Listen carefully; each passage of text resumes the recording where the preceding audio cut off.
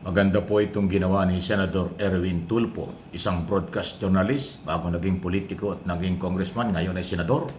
Kanya hong pinapalayas at binanatan ang Chinese official tungkol ho sa pakikialam sa kalayaan ng pamamahayag ng mga Pilipino. Pakinggan po ninyo itong malakas na boses ng gagalaiti mula sa puso ang talumpati, galit dahil sa pang-iinsultong ginawa ng Chinese official. I rise today in defense of dignity, our national dignity. Spokesperson of the Chinese embassy recently lectured Filipinos and worse, Philippine officials on the limits of freedom of speech. We are told that criticizing a foreign head of state is completely unacceptable. So let me say this then, Mr. President. If you do not like how democracy works in this country, then you are free to leave the Philippines. Get the out. Mr. President, kung hindi nila gusto kung paano gumagana ang demokrasya sa ating bansa, malinaw po ang sagot. Layas. This is our house. Hindi sila ang boss natin at tayo ay mga tau-tauhan lang nila. To the Chinese embassy officials, you do not have the moral authority to lecture Filipinos about freedom of speech. Because freedom of speech does not exist in your country. It is not practiced. It is not protected. It is punished. So do not export censorship to a nation that fought, bled, and died to be free. And another recent statement coming from the Chinese government threatening our officials of, quote, paying the price for making provocations and confusing right from wrong, unquote, pertaining to our claims at the West Philippine Sea. What is truly unacceptable is a foreign government acting as if it can police Filipino speech, intimidate Filipino officials, or shame Filipino into silence. Mr. President, our government officials spoke only the truth. They defended our sovereignty. They spoke as public servants of a democratic republic. They are correct, and the Chinese government is wrong. Wala silang karapatan na punahin ang malayang pagpapahayag sa ating bansa. Dahil sa kanilang bansa, walang tunay na freedom of speech. Mga kritiko ikinukulong at misteryosong namamatay pa.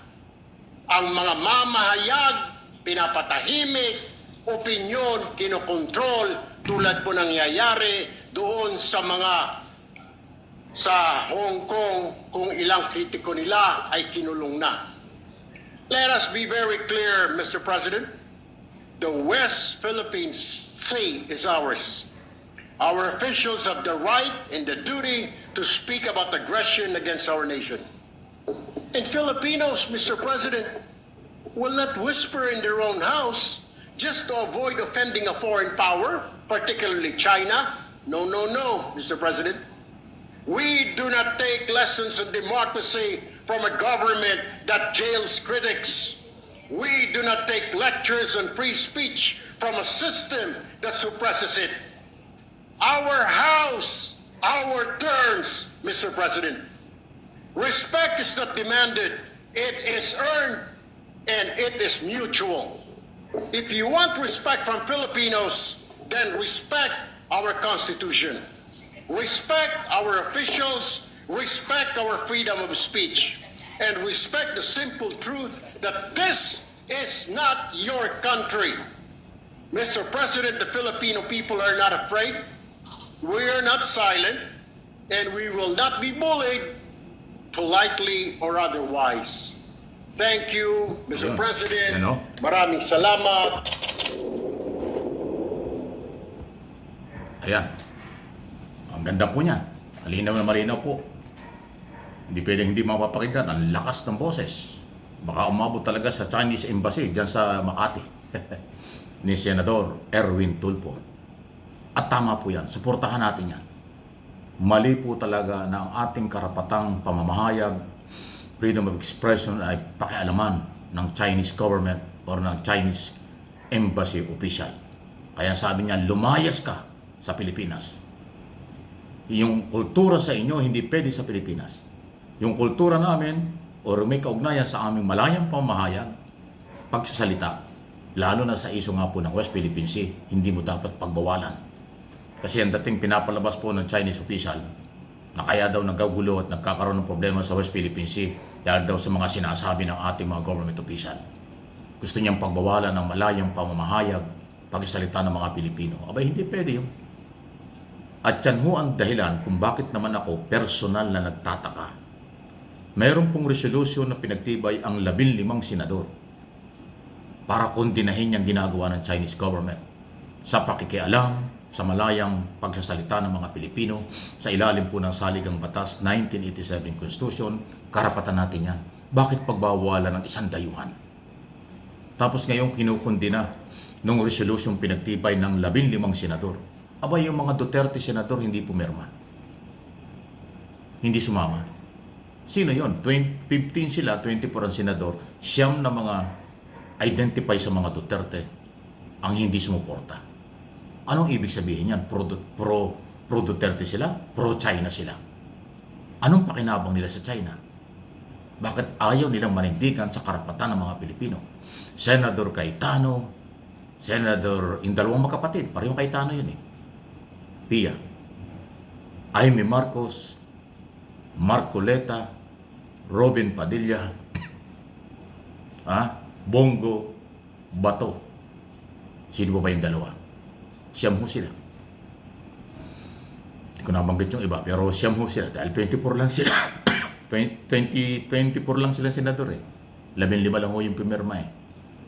So yung minority ng mga senador na ang tawag sa kanila ay pro-Duterte, wala ho. Walang pakinabang dito sa prinsipyong pinaglalaban ng mga Pilipino. Parang katulad din sila ng mga political analyst kuno na pro-China. Parang katulad din sila ng mga vloggers, content creators na inimbitahan ng China noong araw na pro-China ang mga sinusulat. Yan ang mga kakaibang mga Pilipino. Ito, binabastos na tayo. Pinagbabawalan tayo sa ating pagsasalita tungkol sa West Philippine Sea. Ayaw pa niyong kondenahin. Kumontra pa kayo. Kahapon niya, nadinig ko si Marcoleta, Senador Marcoleta. Pinagtatanggol pa yung Chinese official na kanyang nakamiting eh. Hindi ko alam kung anong klase mga tao yan. Tanong lang ito. Kayo ba ay nakinabang? Kayo ba ay ipinanse? Kayo ba ay tinulungan financially ng Chinese government para kayo mga maging senador? At yung inyong galawan mga yon, anti-Marcos, ito ba ay ang pinansir ba ninyo ay Chinese government? Nagtatanong lang. Kasi wala na akong ibang naiintindihan sa inyo eh. Kahit na tayo personal lang binabastos ng Chinese government, Chinese official, ipinagtatanggol pa ninyo. Yung resolution na kumukundina sa pakikialam ng Chinese government sa atin at ng Chinese official, ayaw yung permahan, ayaw yung sumama. Para kayong mga taksil talaga, no?